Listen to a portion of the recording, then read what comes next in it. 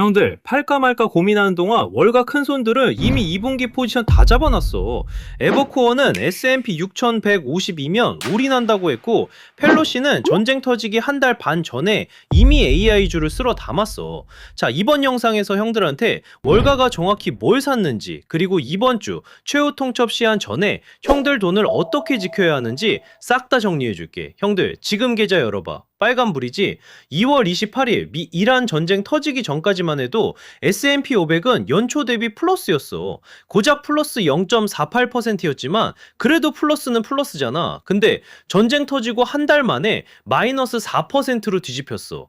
다우는 플러스 1.9%에서 마이너스 5%로 곤두박질 쳤고, 그럼 지금은 S&P 500 기준 고점 대비 마이너스 9% 빠져 있어. 숫자로 보면 6,500 언저리. 올해만 놓고 봐도 마이너스 4%야.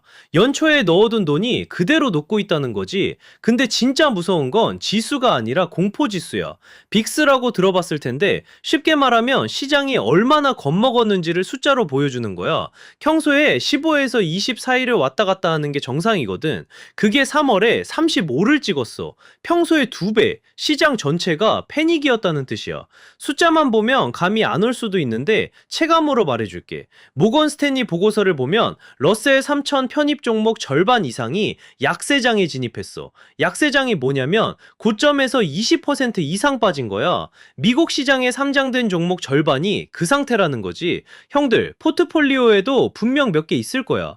유가도 난리야. 브렌트유가 1월에 76달러였는데 3월 말에 115달러를 찍었어. 51% 폭등. 기름값이 오르면 물가가 오르고, 물가가 오르면 금리가 올라. 악순환이 시작되는 거지. 근데 진짜 문제는 따로 있어. 지금 마이너스 9%가 바닥이냐.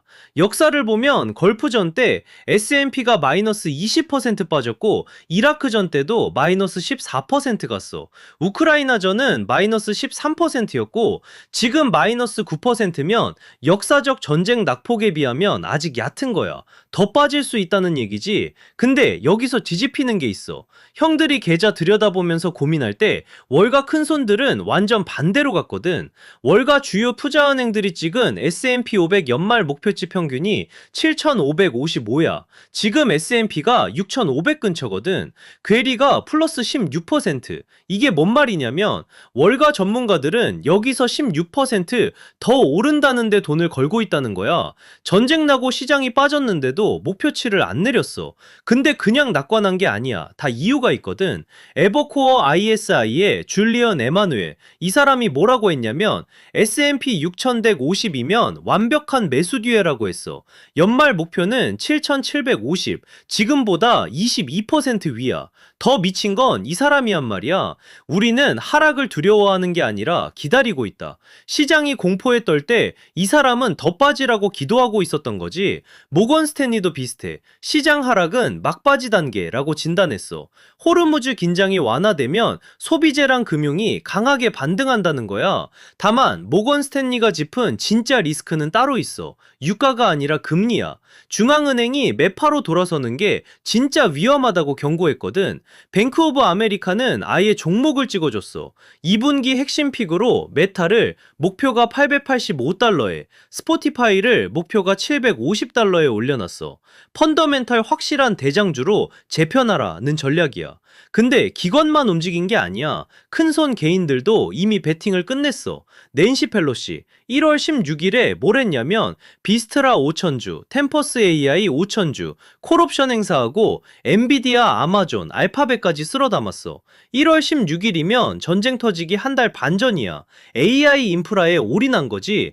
론 바로는 더해. 이 사람은 전쟁 당일인 2월 28일에 팩트센 리서치를 90만 주 추가 매수했어. 전쟁통에 사는 사람이야. AI 시대에 금형 데이터 인프라 가치가 올라간다는 확신이 있으니까 폭탄 떨어지는 날 매수 버튼을 누른 거야. 한 줄로 정리해줄게. 월가 컨센서스 플러스 16% 괴리, 에버코어는 더 빠져라 대기, 펠로시는 전쟁 전에 AI주 매수 완료, 론 바로는 전쟁 당일 추가 매수. 기관이든 큰손이든 2분기 반등에 돈을 걸었다는 뜻이야. 그럼 형들이 진짜 궁금한 건 하나지. 그래서 뭘 사야 돼? 월가가 찍어준 섹터를 하나씩 열어볼게. 첫 번째, AI 인프라. 펠로시가 전쟁 전에 엔비디아랑 알파벳에 베팅한 이유가 있어. 있어. AI 데이터 센터 전력 수요는 전쟁이랑 상관없이 폭발하고 있거든. 비싼 거 팔고 AI 전기랑 데이터에 돈을 넣으라는 게 지금 월가의 큰 방향이야. 숫자로 보면 웰스파고가 AIMD 목표가를 $345로 잡았어. 지금 대비 상승 여력이 꽤 남아있다는 뜻이야. 총매도 명확해. 4월 30일 Q1 실적 발표가 있고 7월에 AI 행사가 잡혀있어. 에픽 서버 CPU 수요가 강세라서 실적 서프라이즈 나올 수 있는 타이밍이야. 두 번째, 에너지. 형들 이거 알아? 에너지 섹터 XLE가 1분기에 38.4% 올랐어. 다른 섹터 다 빠질 때 혼자 압도적 1위였거든? 근데 여기서 주의할 게 있어. EIA 전망을 보면 4, 5월까지는 유가 $95 이상 유지되지만 3분기부터는 $80 밑으로 떨어질 수 있어. 그러니까 에너지는 타이밍 게임이야. 지금 들어가면 단기 수익은 가능한데 출구 전략 없이 들고 있으면 하반기에 물릴 수 있어. 세 번째, 원자재. 그 중에서도 알루미늄. 이란이 3월 28일에 UAE랑 바레인 알루미늄 재련소를 공습했잖아. 글로벌 비중국 알루미늄 생산의 20%가 멈춘 거야. 골드만삭스는 2분기에 90만 톤 부족을 전망했고 가격은 4년 내 최고치를 찍었어. 전 세계 재고가 45일분밖에 안 남았거든? 물건이 없으니 가격이 오를 수밖에 없는 구조야. 네 번째, 방산. 국방 예산이 40% 증액됐어. 2차 대전 이후 최대 규모야. 1조 5천억 달러짜리 예산안이 깔린 거거든? 전쟁이 길어질수록 이 섹터는 계속 돈이 들어올 수밖에 없어. 반대로 피해야 할 섹터도 있어. 금융은 1분기 성적이 최하위였어. 금리 방향이 안 잡힌 상황에서 금융주는 리스크가 커. 금리가 예상보다 안 내려가면 금융 섹터가 제일 먼저 맞아. 소비재도 마찬가지야. 유가가 배럴당 $115인데 소비가 살아날 리가 없잖아. AI 인프라, 에너지, 단기, 알루미늄, 방산 이 네 섹터가 2분기 핵심이야. 근데 이게 다 좋은 얘기만은 아니야. 이번 주에 이 판을 완전히 뒤집을 수 있는 변수가 있거든? 형들, 이번 주는 2분기 방향을 결정짓는 주야. 4월 7일 화요일, 트럼프가 이란한테 건 호르무즈 최후 통첩 시한이 돌아와. 미 동부 시간 오후 8시, 한국 시간으로 8일 수요일 아침 9시. 이 결과에 따라 시나리오가 셋으로 갈려. 첫 번째, 협상이 타결되는 경우야. 이란이 호르무즈 개방에 합의하면 시장은 V자 반등 가능성이 높아. 에버코어도 관세 때처럼 돌파고 나오면 강하게 반등한다고 했거든. 이때 형들이 할 일은 명확해. 에너지랑 방사는 차익 실현 타이밍이고 전쟁 때문에 눌렸던 테크랑 금융이 반등하는 구간이야. 두 번째, 군사 타격이 확대되는 경우. 이건 좀 아프지. 유가가 배럴당 $120를 뚫고 올라가고 빅스가 다시 급등해. 에너지 섹터는 추가로 올라가지만 나머지는 급락이야. 이때는 에너지 비중 늘리고 현금 확보하면서 버텨야 돼. 무리하게 저점 매수 들어가는 건 위험해. 세 번째, 시한이 또 연기되는 경우야. 이미 한번 24시간 연기한 적이 있거든? 이란은 영구 종전의 불가침 보장 해달라는 입장이고 한 달 반짜리 임시 휴전안도 거부한 상태야. 이 시나리오면 불확실성이 계속 가니까 지금 포지션 유지하면서 관망하는 게 맞아. 근데 형들, 최후 통첩만 보면 안 돼. 4월 11일 금요일에 3월 CPI가 나와.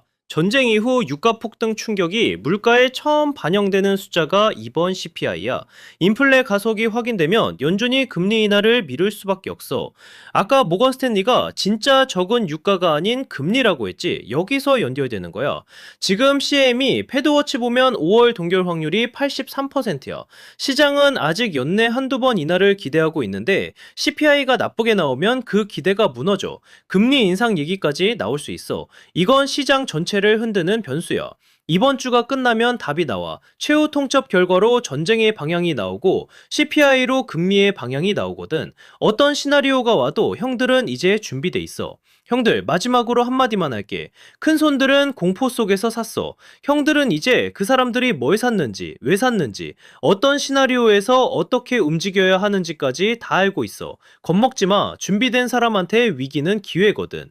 이 영상이 도움됐으면 구독이랑 좋아요 한 번씩 눌러주고 주변에 아직 멘붕 중인 형들 있으면 이 영상 공유해줘. 같이 살아남자.